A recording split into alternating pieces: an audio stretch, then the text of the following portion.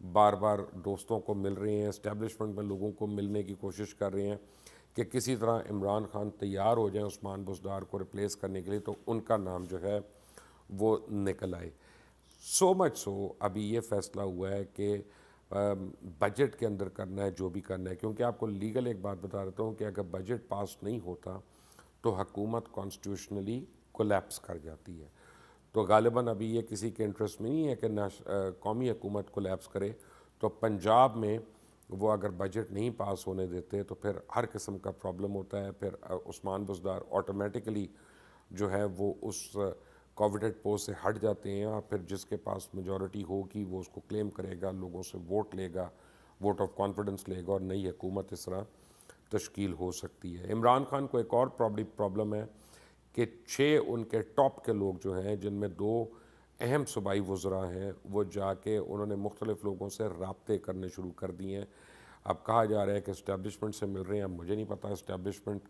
میں بیوروکریسی آتی ہے، اسٹیبلشمنٹ میں جوڈیشری آتی ہے، اسٹیبلشمنٹ میں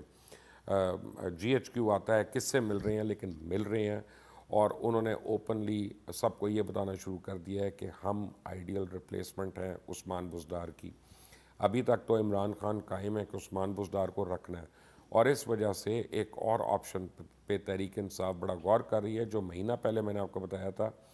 کہ عمران خان کسی بھی لمحے اسمبلیز کو ڈیزالو کر سکتے ہیں، کیونکہ ان کا یہ خیال ہے کہ اگر وہ پریس کانفرنس جب کرتے ہیں یا تقریر جو کرتے ہیں پہلی اسمبلی یعنی اسمبلی توڑنے کے بعد، تو اس میں 3 یا 4 پوائنٹس وہ رکھیں گے عوام کے آگے۔ وہ کہیں گے مجھے مجبور کیا جا رہا تھا کہ کشمیر کے اوپر سودا کر کے ہندوستان سے مفاہمت کا ہاتھ بڑھاؤ، میں نے انکار کر دیا۔ مجھے مجبور کیا جا رہا تھا کہ سعودی عربیہ کے کہنے پہ اسرائیل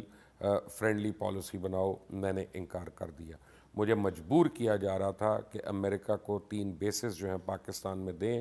طالبان کے خلاف یہاں پہ، میں نے اس کو ریفیوز کر دیا۔ مجھے مجبور کیا جا رہا تھا کہ طالبان کے خلاف آپ نے یہ ایکشن لینا ہے، میں نے اس کو ریفیوز کر دیا۔ میں اپنا کیس عوام کے آگے لے کے آیا ہوں تاکہ دوبارہ الیکشن میں آپ مجھے اتنی میجورٹی دیں کہ جس کے بعد جا کر میں اس قوم کی تقدیر بدل سکوں۔ جو ان کے ناقدین ہیں ان کا کہنا ہے کہ عمران خان جو ہیں اب اس وقت بہت ہی لوزنگ وکٹ پہ ہیں، سلپری وکٹ پہ ہیں، بارش ہو چکی ہے، نائٹ واچ مین کھیل رہا ہے، آخری چند اوور رہ گئے ہیں، اور اس میں عمران خان کے لیے بیٹنگ جو ہے وہ ممکن نہیں ہے، کیونکہ اگر کل کو الیکشن ہوتا ہے پاکستان بھر میں تو تحریک انصاف کو اپنے ٹکٹ ہولڈر نہیں پورے ملیں گے کہ وہ 1200 حلقوں کے اوپر الیکشن لڑ سکے، کیونکہ اتنی حلقے تقریباً بنتے ہیں نیشنل اسمبلی اور تمام پروونشل اسمبلیز کے ملا کر۔ بلوچستان کے اندر بھی گڑبڑ شروع ہو گئی ہے، تمام ایم پی ایز جو ہیں وہ اکٹھا ہو گئے ہیں، جام کمال چیف منسٹر جو ہیں ان کے خلاف ایک جو انڈر کرنٹ موومنٹ تھی وہ سامنے آ گئی ہے۔ کل سے میں نے جام کمال کو 2-3 دفعہ میں نے فون کیا، انہوں نے اس کا جواب نہیں مجھے دیا۔ میری ان سے بات ہوتی ہے تو اندر کی بات پتہ چلے گی کہ ایکچولی ہو کیا رہا ہے، how is he coping up with it. لیکن اس وقت جو ہے وہ دوڑیں ہر طرف لگی ہوئی ہیں۔ پنجاب میں دوڑیں نہیں لگی ہوئی، دوسروں کی لگی ہیں، کیونکہ عثمان بزدار کو اتنی سمجھ ہی نہیں ہے کہ انہوں نے کس طرف دوڑنا ہے، اور عثمان بزدار کو یہی پتہ ہے کہ میرا وہ جسے پنجابی میں ہم کہتے ہیں مکھو ٹھپا گیا، لیکن جب تک میرا قلعہ مضبوط ہے تو میں کھڑا ہوں یہاں پہ، اس لیے وہ سپوزڈلی سکون میں ہے۔ یہ جو Rawal Pindi ring road scheme آیا، اس کے متعلق میں آپ کو ڈیٹیل دوں گا آج کے دن یا کل کے دن، میں آپ کو اس کی ڈیٹیل بتاؤں گا۔ لیکن یہ رنگ روڈ سکیم سمجھ یہ آتا ہے کہ چند مہینے پہلے اس میں اصل گن شروع ہوا تھا، اور اس کی ایک وجہ یہ ہے کہ تحریک انصاف کے کافی لوگ جس میں وفاقی وزراء بھی شامل ہیں،